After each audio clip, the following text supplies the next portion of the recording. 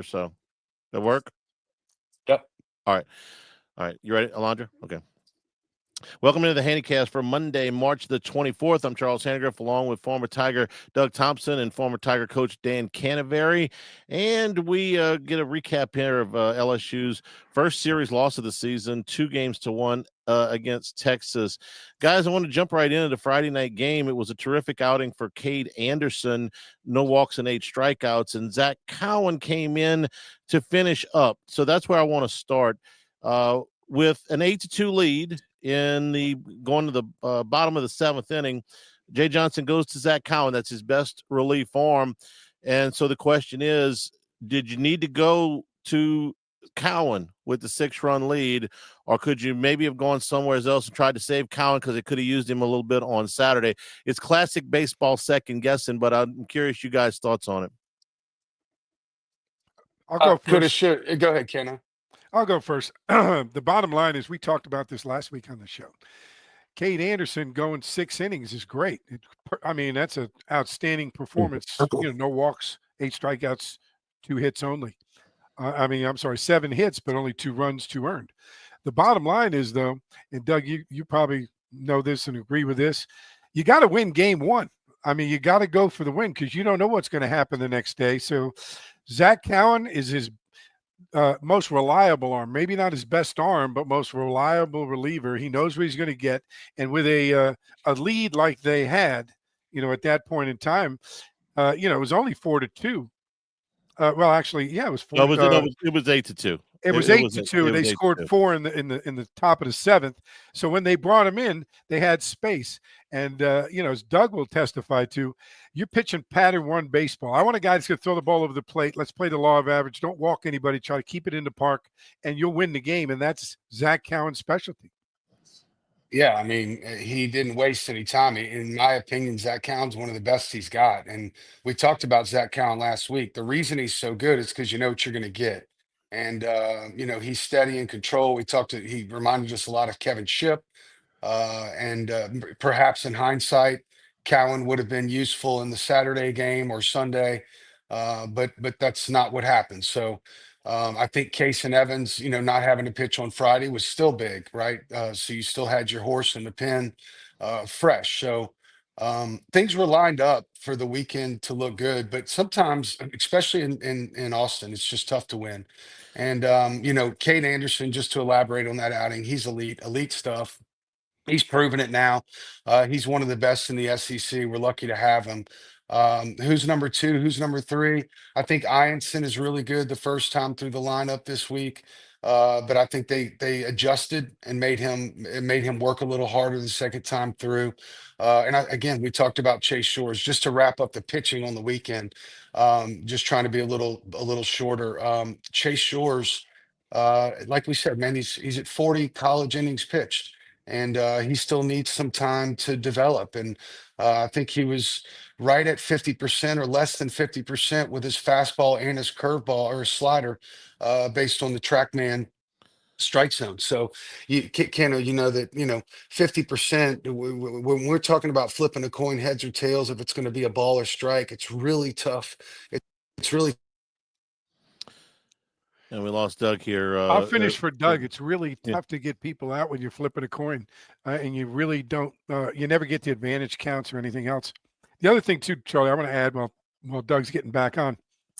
The thing about Zach Cowan is he brought him in on Friday night, but based on the number of pitches, he only threw 55 pitches. When I say only, you give him a day off, the kind of arm he's got, the way he pitches, he could have come back and given you an inning or 2 on Sunday. So using him on Friday, I felt like Jay thought he could come back and help him out on Sunday if needed, but the game never got to a point where you have to bring him in.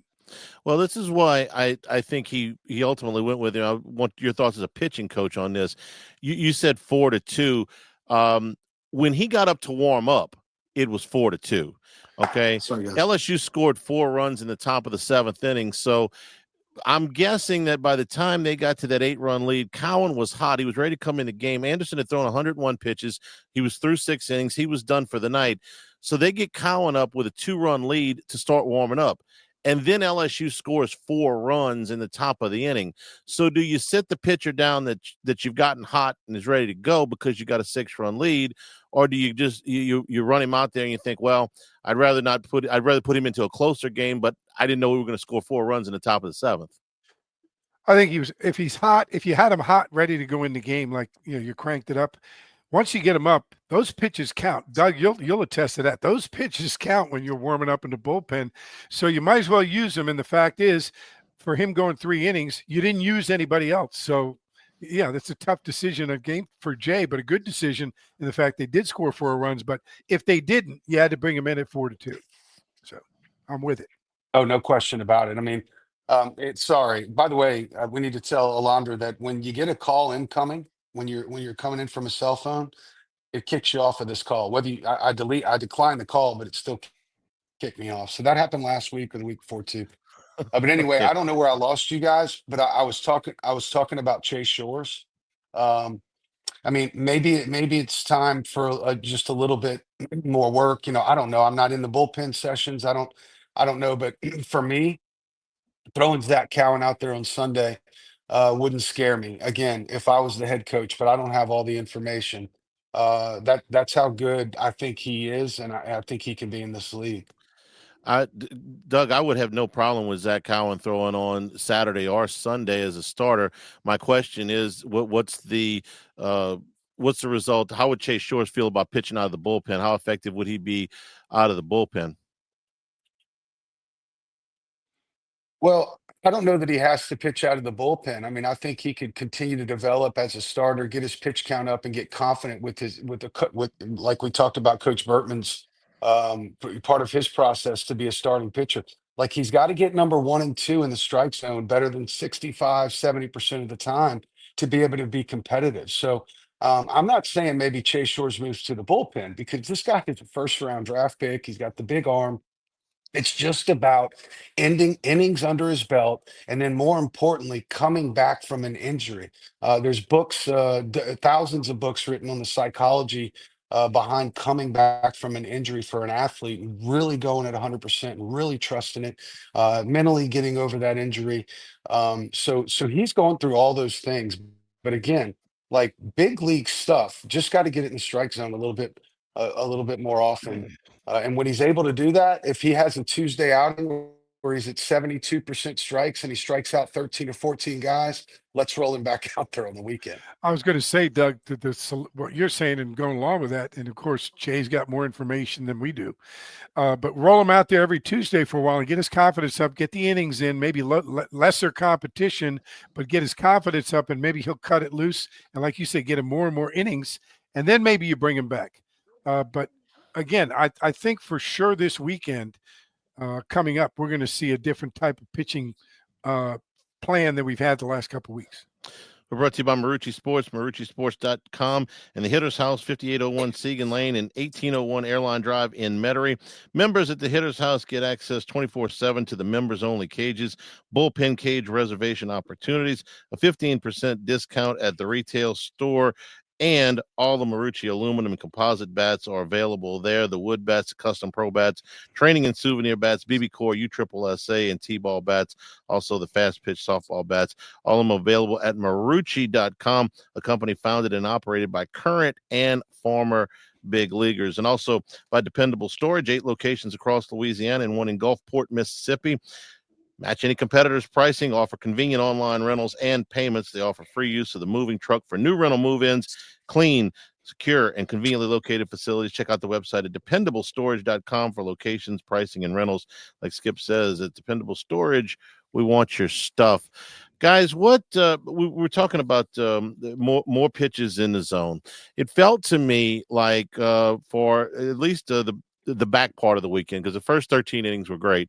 The second 13 innings, not as much. It felt like LSU was behind in a lot of counts. So I went and did a little bit of research on how much LSU was getting ahead or behind in the counts. You guys are pitching guys. What's a reasonable first pitch strike ratio? I know you never want to fall behind the count, but just in general, you look at it and say, how many first pitch strikes are we throwing? How often are we getting ahead in the count? What's numbers you're comfortable with? I'm going to say 70%. 70, you're 70, 75. Yeah, 70, because 75% the of the bottom time. line is, Charlie, you're starting throwing the ball down the middle, and as you get ahead in the count, you move it more to the corners and down. I mean, that's just basic pitching. Start in the middle, get ahead, and then move it out of the zone, make the pitcher makes the hitter chase. Okay, well then let me give you the numbers because this is probably going to alarm you a little bit. It's closer to a 50-50 split Ooh. for LSU's two of LSU's starting pitchers. Anderson, and I didn't count. I'm just talking about first pitches that were taken, not ones that were hit. Uh, Anderson went 1-0 9 times and went 0-1 11 times. For Shores, it was 9-10. Ianson was a little bit better. He was 11-5. But the walks for the weekend, they walked 9 guys in 25 innings. That's not great. It's not disastrous either. What I'm finding with the numbers, guys, is it's not really the walks that are killing them as much as they're just giving up a lot of hits. 32 hits over 25 innings is a lot more concerning to me than 9 over 25 innings. I don't know how you guys feel about that. I'm looking Yeah, at and it, that's Charlie. frustrating, right? I'm sorry. The Go whole ahead, throw go ahead. strikes, but then when you throw Yeah. strikes, it's getting hit. Like, sorry, go Go ahead, ahead, Dan. Cano. Were you talking? Yeah, I was looking at it. Of it, 7 of the walks that you said came in one game. And so that's an issue. Okay. The second thing is, if you're behind in the count and that you're getting hit, if you're not throwing strikes early and you're behind the count, it's easier to hit. So that's one of the reasons you're giving up more and more hits, because you're getting into obvious fastball situations. Guys are looking for pitches. They're getting more aggressive at the plate.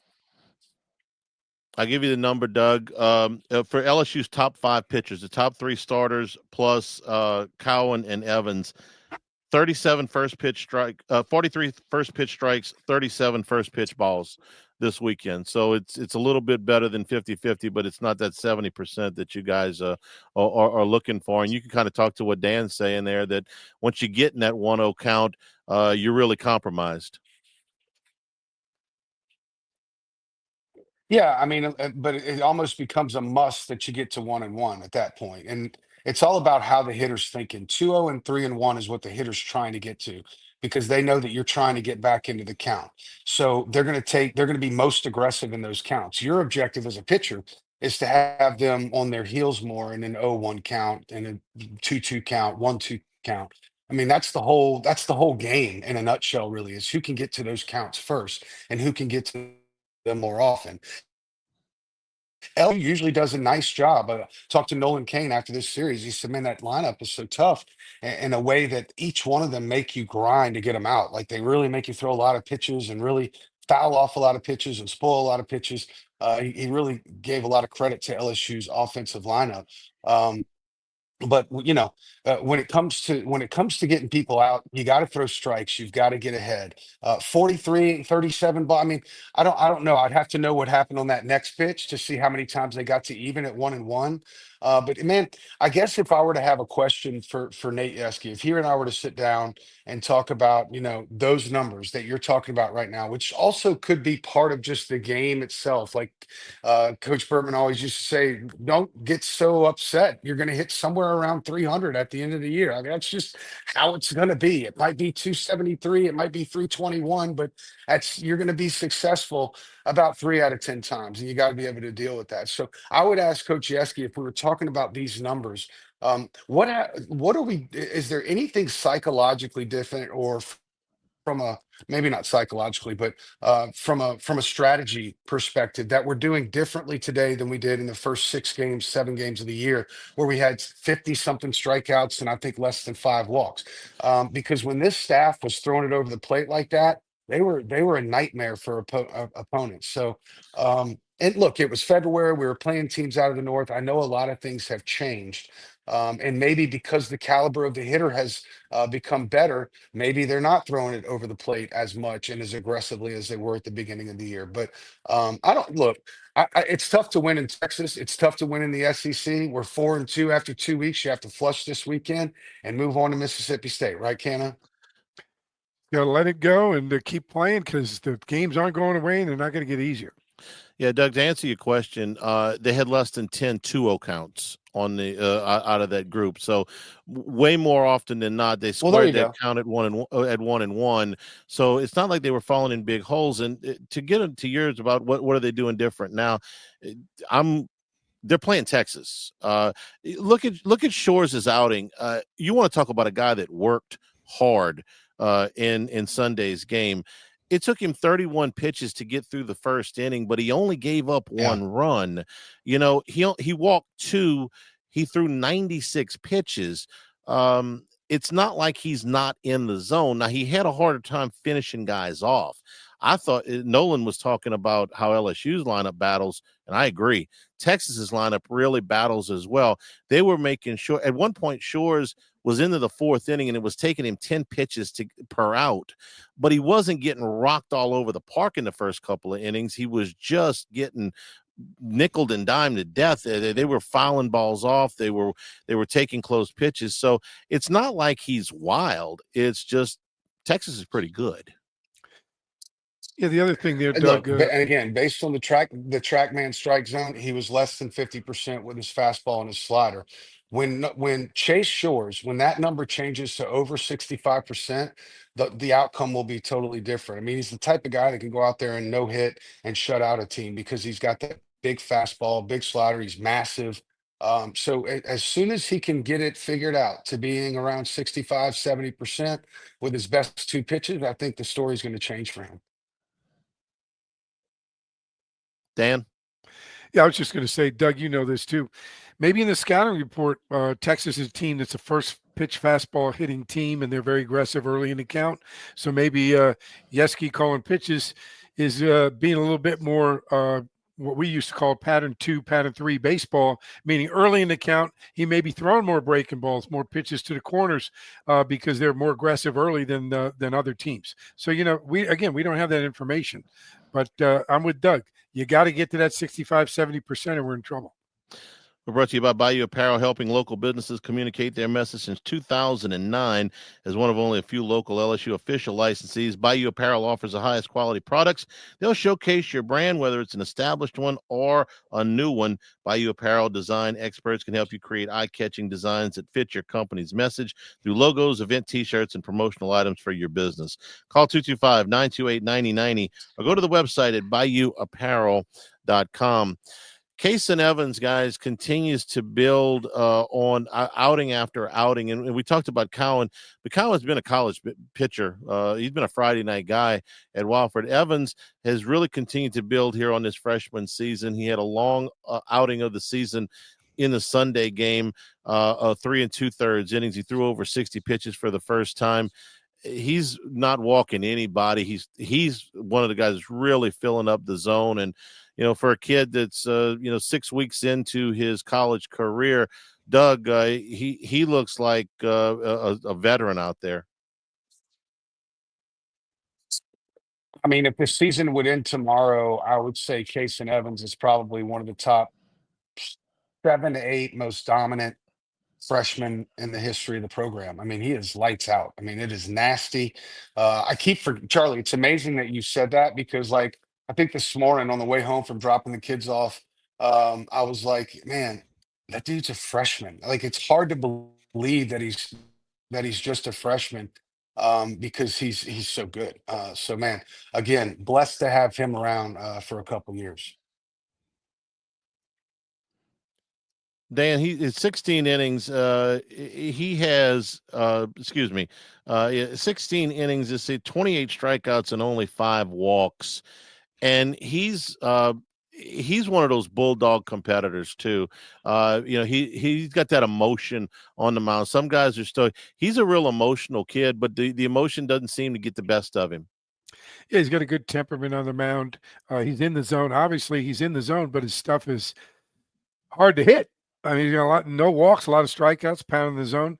One thing I like about him, and Doug, you would probably like this too. He was a shortstop, middle infielder, ended up turning into a pitcher.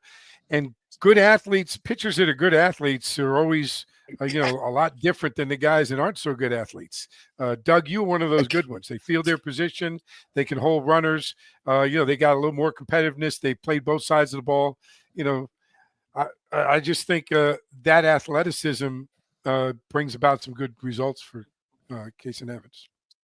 Well, I mean, aren't in the shortstop always end up being like all pitchers started as shortstops. They were all the best players on their team.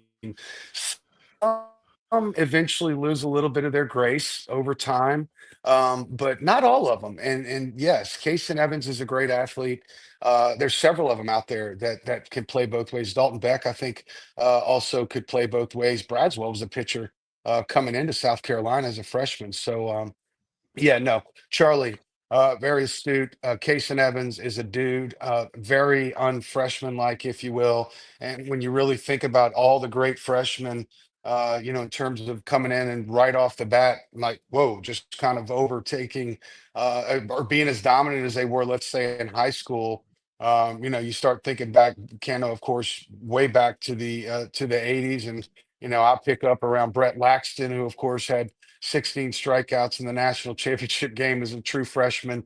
And there's been several others, Nola, I think Lang had a good freshman year. Anyway, there's Lane been Lane several of those, Mestapay but comes to mind. Case, Lane Mestapay yeah, is another usually freshman. usually as all the kids coming in, you don't really count on one of the freshmen to have a major role on your pitching staff that year. It's just a lot to take in. Can they handle the pressure? All the different things. But boy, like I said, more times than not, I totally forget that kid's a freshman. We're brought to you by Lake Urgent Care, 25 years of experience dedicated to providing quality care close to home, treating minor illnesses and injuries for ages 3 months and up at 17 convenient locations, Baton Rouge, Hammond, Livingston, and Ascension Parish. Plus, they offer occupational health and weight loss solutions. As a seamless extension of Our Lady of the Lake, patients can access care from anywhere with the My Chart patient portal. The Urgent Care Center is open 7 days a week. You can walk in, check in online, or schedule a virtual care visit at lakeurgentcare.com. I got a lot of questions today about what happened to the LSU offense this weekend. So here's my answer, guys. Texas on Friday sent out Jared Spencer and Andre DePlanche, and LSU hit both of those guys. To start the game on Saturday, they sent out Luke Harrison, and then Max Grubbs relieved him, and they hit both of those guys. And then they sent Riojas out on Sunday. LSU didn't rock him all over the park, but they did get 7 hits in 5 innings off of him, plus a walk. What happened to LSU's offense, I thought, this weekend was Dylan Valanis, who is a 6'6" left-handed guy who should be pitching in professional baseball because he's too damn good to pitch in college. Now, I'm kidding just a little bit, but that kid was great. And sometimes you run up against somebody like that, and I was impressed that he was able to come back and do it 2 consecutive days. But the 6'6" lefty gave LSU fits, guys. Yeah, I think watching him pitch, he's definitely one of those freshmen, Doug, you're talking about, like Kason Evans. He was special. And this kid was highly recruited and ended up going to Texas. But again, one of the things that happens, and I'm going to say this about Sunday with Riojas and then Valantis, but especially Riojas. Doug, the history at LSU is, and Skip used to say this all the time, when we play somebody, we're going to get the best outing out of a guy they never thought could have that outing. Riojas never started a game before, and he comes out and throws a gem, and goes 5.2 innings in his first start in college, for Texas.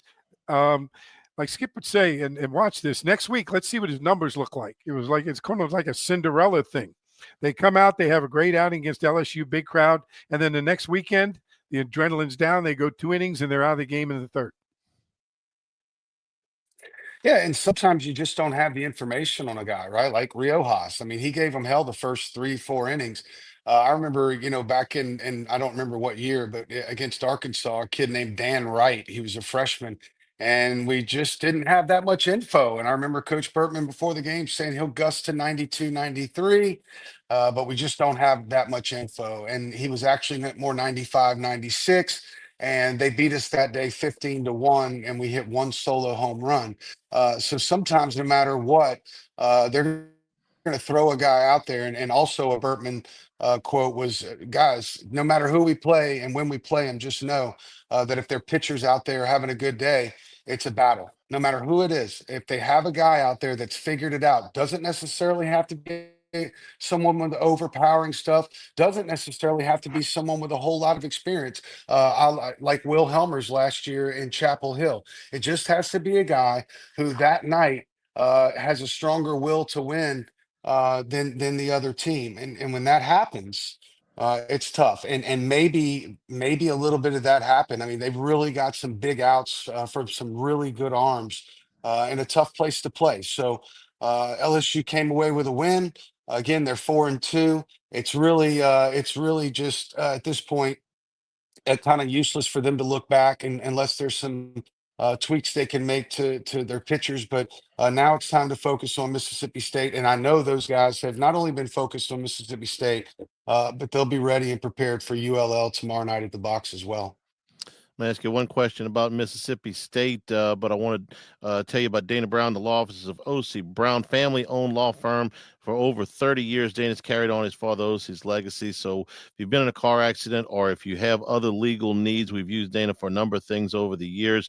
Law offices of O.C. Brown should be your first and only call. Truly, your law firm for a lifetime. Call them at 225-343-1111 on the web at ocbrown.com. My question about Mississippi State is not really about them as much as it is about the schedule. Guys, it's a Thursday, Friday, Saturday series. So, Doug, you were talking about Shores. If you wanted to, this is Jay Johnson's call, of course, but if you wanted to, you could bring Zach Cowan in to start the game on Thursday night. He threw 55 pitches, but that was all the way back last Friday. You could bring him in, start the game on Thursday. You could leave Anderson and Ianson where they are and carve out a different roles for Shores this weekend if you wanted to. What do you think? I like the way you think, Again, Charlie. I told you, if it were me, yeah. Yeah, I mean, if it were me, throwing Zach Cowan out there and letting him get a shot to start on the weekend wouldn't be a terrible idea. I think he can do it. I think he's got the temperament to do it. I don't know about Friday night. I understand what you're saying, though. It's just kind of convenient to have him go out there and eat up a lot of innings on Thursday and keep your rotation the same Friday and Saturday. It makes a lot of sense. So if there were to be a time to do it, now would be the time because Chase Shores obviously can't pitch on Thursday, and if you want to keep the other two the same, then now would be a great time. Dan? I agree with that. It's a good opportunity for Jay, like you're saying, the situation the way it is. I know that Jay and Yeski like to keep guys on schedule. Cade Anderson's pitching so well on that one full week of time. I think you keep them in that routine. You don't want to mess with something that's working. And the other team's got to do. Mississippi State's got to do the same thing. They got to figure it out. Mm-hmm. And I think if Jay makes that move early, they might match up the same way and keep the Friday night guys on Friday and the Saturday guys on Saturday. Well, I don't know what Mississippi State's going to do for sure, but I can tell you one thing I am absolutely positive of. Jay Johnson's not going to tell anybody until he absolutely has to. That's right. That I can promise That's you. right. He likes to hold it till the umpire meeting. Yeah. LSU and Mississippi State Thursday, Friday, Saturday at the box. LSU and UL Lafayette on Tuesday. For Doug Thompson, for Dan Canterbury, I'm Charles Hannycast. This has been the Hannycast. All right, guys. Thank y'all. Hey, thanks, Doug. Good luck. Good luck to the team. Good luck, Doug. Thank y'all. All right, guys. Bye-bye.